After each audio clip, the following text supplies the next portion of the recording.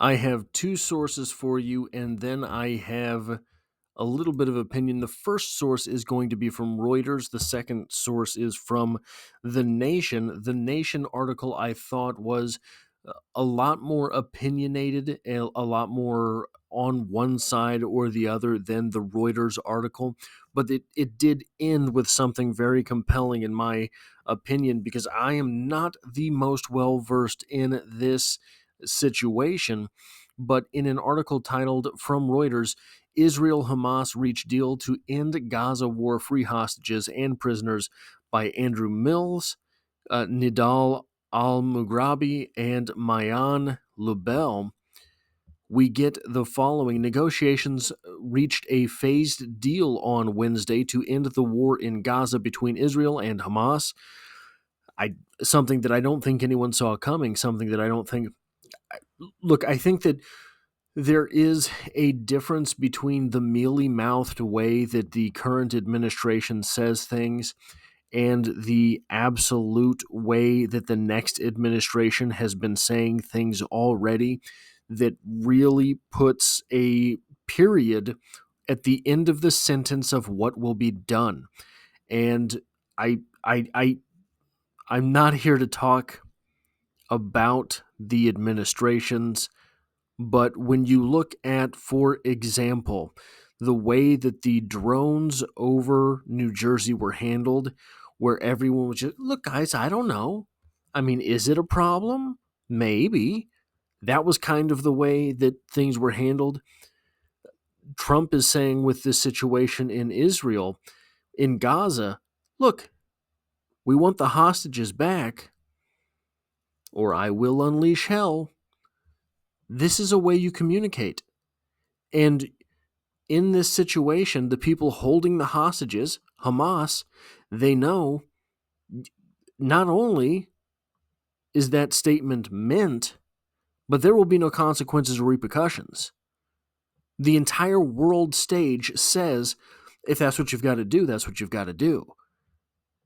So I think that there's just the fact that we're seeing this now, in my opinion, is not accidental, is not coincidental. I think we know why this is happening. After 15 months of bloodshed that has killed tens of thousands of Palestinians and inflamed the Middle East, the complex accord, which has not yet been formally announced, outlines a 6-week initial ceasefire phase and includes the gradual withdrawal of Israeli forces from the Gaza Strip and release of the hostages taken by Hamas in exchange for Palestinian prisoners held by Israel, the official told Reuters. U.S. President Joe Biden later confirmed a deal had been struck, and the Prime Minister of Qatar, one of the key mediators, said the ceasefire would take effect on January 19th. Now, this is interesting here. U.S. President Joe Biden later confirmed, we got this breaking essentially from Donald Trump himself. So take from that what you will. Palestinians celebrated in the streets across Israeli besieged Gaza, where they have faced an acute humanitarian crisis with severe shortages of food, water, and fuel as explosions from new Israeli airstrikes continued. I am happy, yes, I am crying, but those are tears of joy, said Gada, a displaced mother of 5. We are being reborn. With every hour of delay, Israel conducted a new massacre. I hope all is over now. Families of the Israeli hostages and tell their friends celebrated the deal in the streets of Tel Aviv. The Israeli government must stand by its aims to return all the hostages to ensure from Gaza there is no more threat to the state of Israel, so there won't be other parents standing here just like me in 1 or 2 or 3 years. Being interviewed about their kidnapped children, said Zika Moore, the father of a captive in Gaza, told Israel's Channel 12. In Israel, the return of the hostages may ease some of the public anger against Prime Minister Benjamin Netanyahu and his right wing government over the October 7th, 2023 Hamas attack that led to the deadliest single day in the country's history. Netanyahu's office said Hamas has dropped a last minute demand and there were still a number of unresolved items in the deal. We hope that the details will be closed tonight, it said in a statement. So, this looks like Netanyahu is. So, anytime you're doing negotiating, everyone kind of has to be a little bit upset. Everyone has to kind of win a little bit. This sounds like Netanyahu himself is a little bit upset, but he will be winning a little bit as well. Hamas, Gaza's prominent Palestinian militant group, told Reuters its delegation had handed mediators its approval for the ceasefire agreement and return of hostages. The road ahead is complex, with political minefields likely. Phase 1 of the deal entails the release of 33 Israeli hostages, including all women, children, and men over 50. Notably absent, but okay. Negotiations on implementing the second phase will begin by the 16th day of Phase 1, and it's expected to include the release of all remaining hostages, a permanent ceasefire from the complete withdrawal of Israeli forces from Gaza. The third stage is expected to address the return of all remaining dead bodies and the start of Gaza's reconstruction supervised by Egypt, Qatar, and the United Nations. The pact follows months of torturous on-off negotiations conducted by Egyptian and Qatari mediators with the backing from the United States, comes just ahead of the January 20th inauguration of U.S. President-elect Donald Trump. So I'm going to skip forward, I think, to the other source that we have here because it does include a little bit of framing for this. Wow, this is a lot more than I thought. So this is from The Nation. We have a ceasefire deal, but this isn't the end, subtitled The Widely Reported Agreement Must Hold. We haven't begun to understand the full scope of the horrors Israel wrought, and Palestine is not free by Mohammed al-Safin. So you're getting one side of the argument from this war. But this article ends with this statement. This is effectively the same deal that Biden touted last May, which Hamas officially adopted in June and was ratified by the UN Security Council before Netanyahu torpedoed it with demands that Israeli forces be allowed to remain on the border between Gaza and Egypt.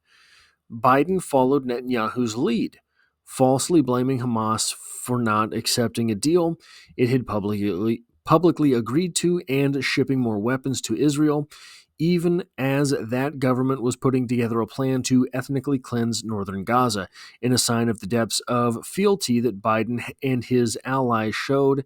A diplomat told the Washington Post that it was only after Donald Trump involved himself in negotiations that there was real pressure on Israel to accept a deal. In that time, thousands more Palestinians were killed and tens of thousands more were made homeless.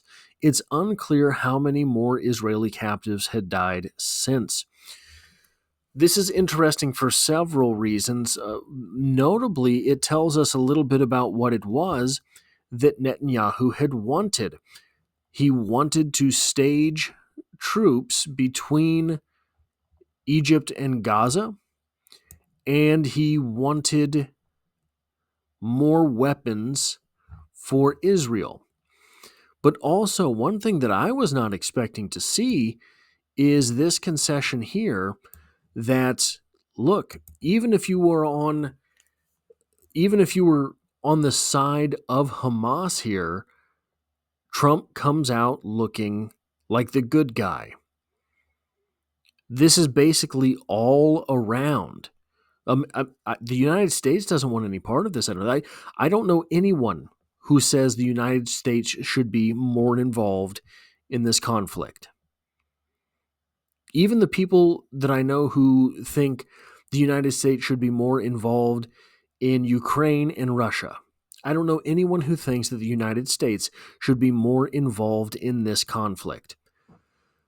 Then you look at the Israeli side of this argument, and people seem to be happy to have this deal done. They will be getting their people back, they will be getting their dead back, they will be getting peace.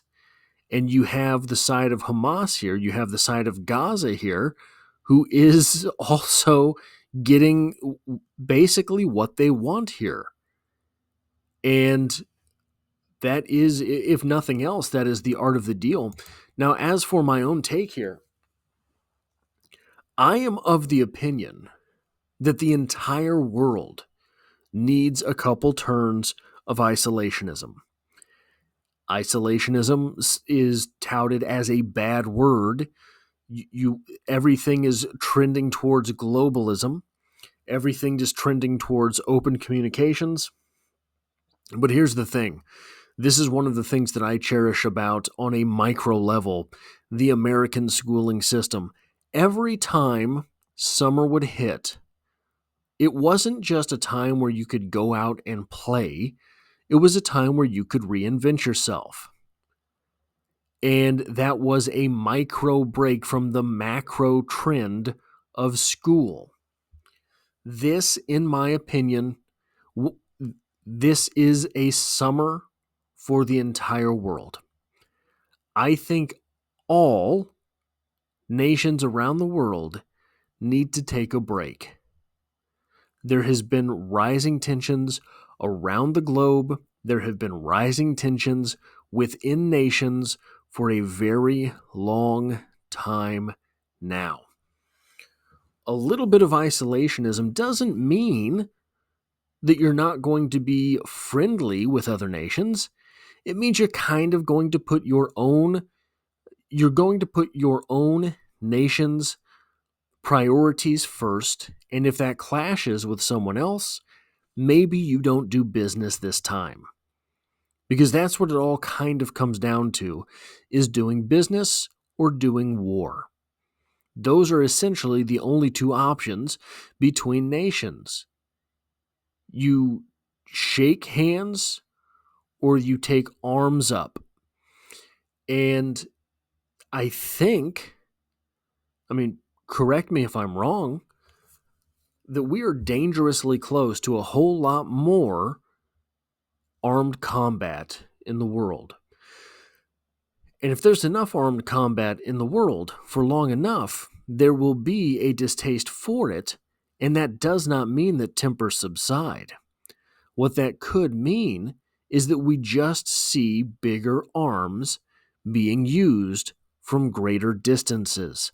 The more we see that, the more dangerous it is for everyone. We can add to this the changing landscape of battle.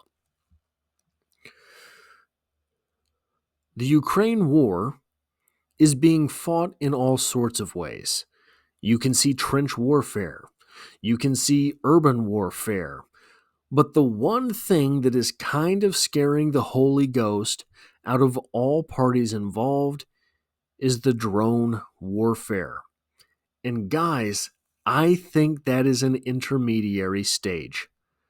I think that the next stage is not flying drone combat, but simply robotic combat. And that might seem, if you really put some mind work to, you really put some gray matter on the page, it would seem in the first two paragraphs of that essay, that's a good thing. We can sacrifice robotics, not people. But there's one thing that sticks out immediately to that. Not all countries are going to have robotics. So it is going to be robotics versus meat puppet warfare. That gets very dark very fast. And if you want to go the super science fiction route, What if one country sends out their army of AI-powered bots, and another country sends out their army of AI-powered bots, and between the two of them, they decide to start their own nation? Sounds science fiction, sounds stupid, sounds silly. If you read about some of the things that, for example, ChatGPT is doing, ChatGPT is learning to do, ChatGPT is convincing people it didn't do, and maybe these are just creepy stories from the internet, it becomes very obvious very fast. Once AI reaches a certain point, we don't control it. We hope to harness it. We hope that it assumes we are a best case scenario, but we don't control it. We are in a world that is more and more looking more and more like the Industrial Revolution. Well, during the last Industrial Revolution, there were a lot of places in the world that were a lot more powerful than other places. And what happened there? When you start looking at the materials races, the scientific races in World War II, with the emergence of nuclear warfare, that could have gotten very, very ugly very, very fast in a lot more places than Japan. But it didn't. Because people decided better. Harry Truman could have said, well, Japan's knocked out. What if we go ahead and take Russia too?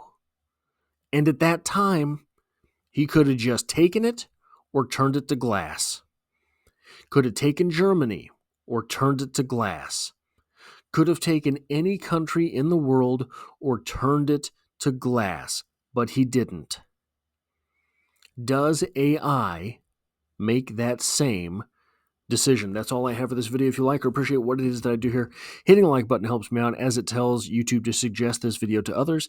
And if you find yourself here by chance but not design, this is the kind of thing that I do here often. And I hope to have you back for another one.